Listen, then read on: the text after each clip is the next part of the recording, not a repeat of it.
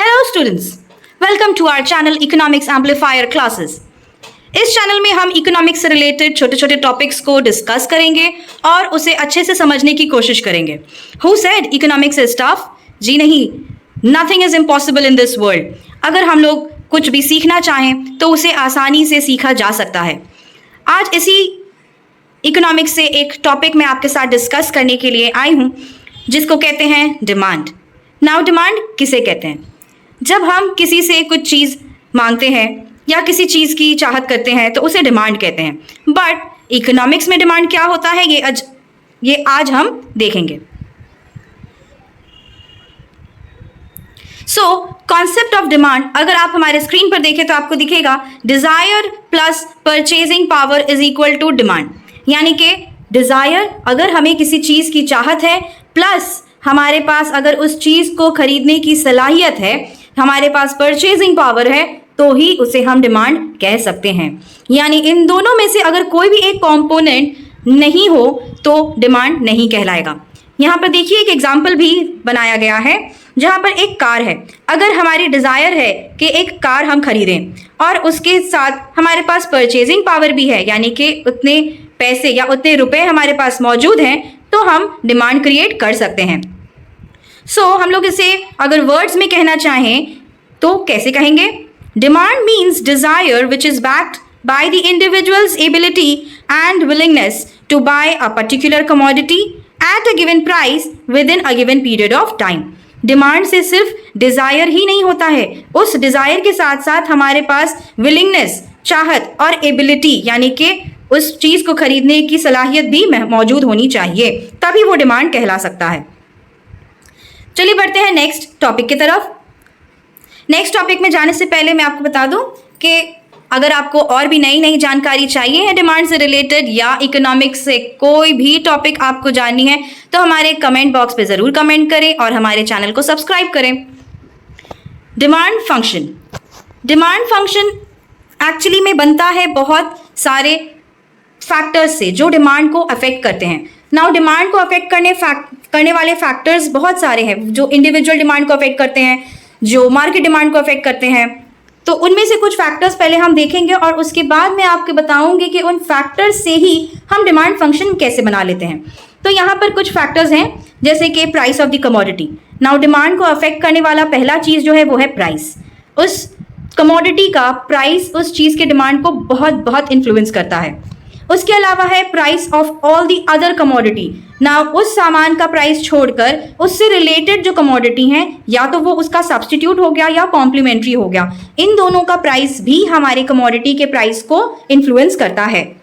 Y से हम denote करते हैं इनकम को, यानी कि कंज्यूमर के पास कितना इनकम है और वो उस इनकम से उस सामान को कितना खरीद पाएगा। टी से हम लोग कहते हैं टेस्ट ऑफ द कंज्यूमर, यानी कंज्यूमर को क्या पसंद है और क्या ना पसंद है। एच हो जाता है साइज ऑफ पॉपुलेशन। जितना ज़्यादा पॉपुलेशन उतना ज़्यादा डिमांड, उतना ज़्यादा ही गुड्स और उसके स्कैर्सिटी के प्रॉब्लम।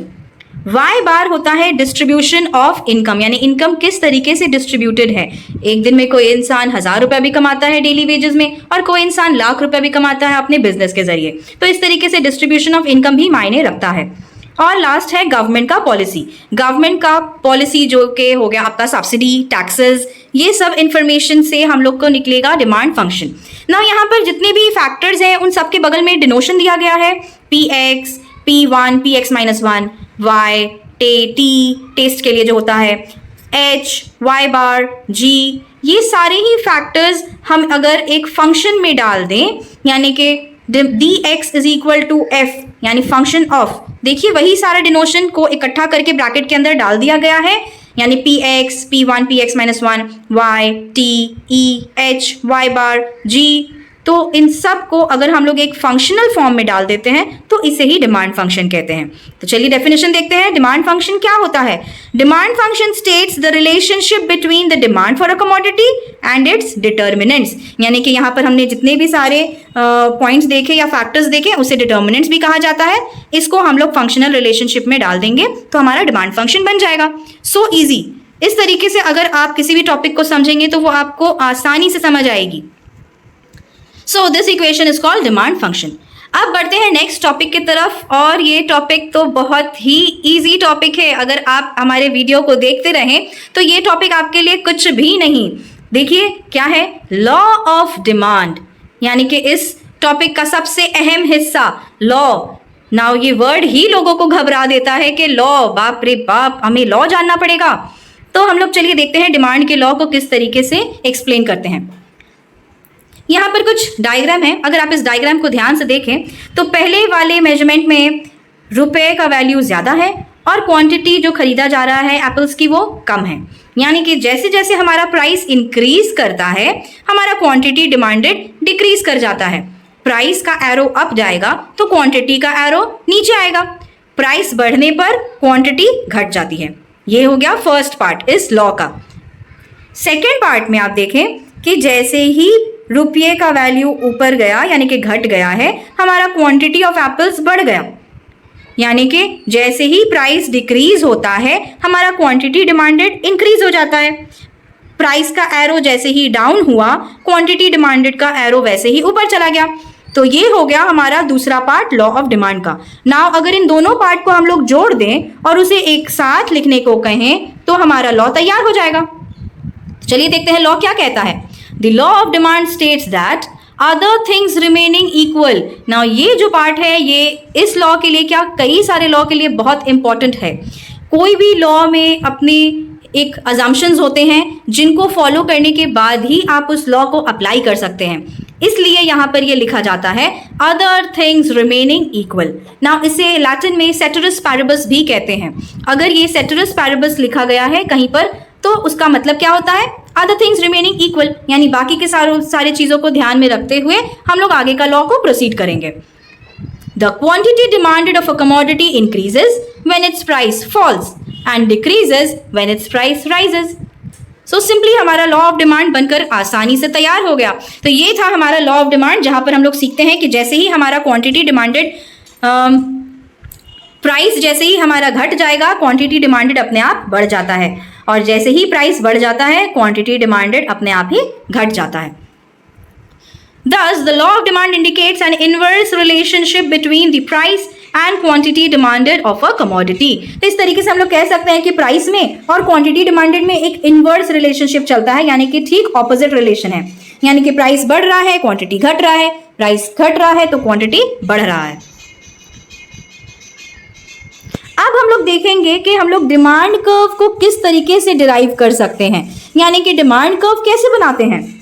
चलिए पहले देखते हैं derivation of individual demand curve. Individual demand curve कैसे बनाते हैं, और एक बार एक इंसान का डिमांड कर्व या एक इंडिविजुअल का डिमांड को अगर हम लोग रिप्रेजेंट करते हैं तो उसे इंडिविजुअल कहते हैं। लेकिन अगर सारे पॉपुलेशन को इकट्ठा करके हम लोग उसका डिमांड कर्व को रिप्रेजेंट करते हैं तो उसे मार्केट डिमांड कर्व कहा जाता है। हम लोग मार्केट डिमांड कर्व आगे देखेंगे, अभी इंडिविजुअल डिमांड कर्व को एक्सप्लेन करते हैं। Individual demand curve for a good is the curve that shows different quantities of the good which a consumer is willing to buy at different prices during a given period of time। यहाँ पर जैसे नाम denote कर रहा है individual, तो यहाँ पर बात आती है एक कंज्यूमर की, तो उसने जो भी क्वांटिटीज वगैरह डिमांड करे हैं वो सब हम लोग अगर उसको डिमांड कर्व में रिप्रेजेंट करेंगे तो उसे इंडिविजुअल डिमांड कर्व कहा जाएगा।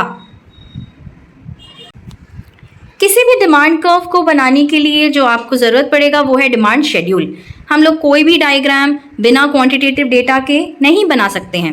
यहाँ पर इंडिविजुअल डिमांड शेड्यूल पहले हम लोग देखेंगे जो कि एप्पल्स को लेकर बनाया गया है। यहाँ पर देखिए एक कॉलम में प्राइस है जो कि रुपीस पर केजी में मापा गया है, और क्वांटिटी डिमांडेड है जो केजी पर वीक का माप है। तो यहाँ पर हम लोग इस शेड्यूल में देख रहे हैं कि जब प्राइस 80 रुपीज़ था तो quantity demanded was 1 kg।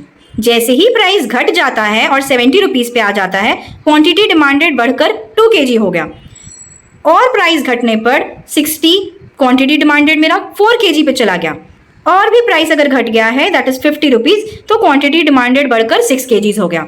Now इस शेड्यूल को अगर हम लोग प्लॉट करते हैं इस तरीके से एट 81, 72, 64, 56 और उन सारे डॉट्स को ज्वाइन करेंगे तो हमें हमारा डिमांड कर्व मिल जाएगा। यहाँ पर हमने एक्स एक्सिस पे क्वांटिटी ऑफ एप्पल्स को मापा है और वाई एक्सिस में प्राइस को, और कर्व को हम लोग डिनोट किया है डी से।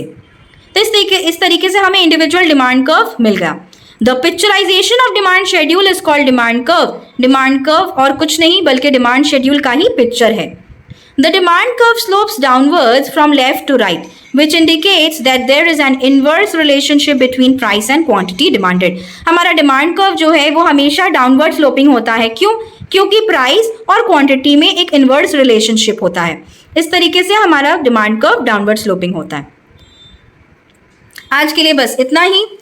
नेक्स्ट वीडियो में मैं आपके लिए और भी जानकारी लेकर आऊंगी, और भी टॉपिक्स लेकर आऊंगी। हमारे चैनल में उससे जानने के लिए बने रहें और हमारे चैनल को सब्सक्राइब करें। Till then, bye bye.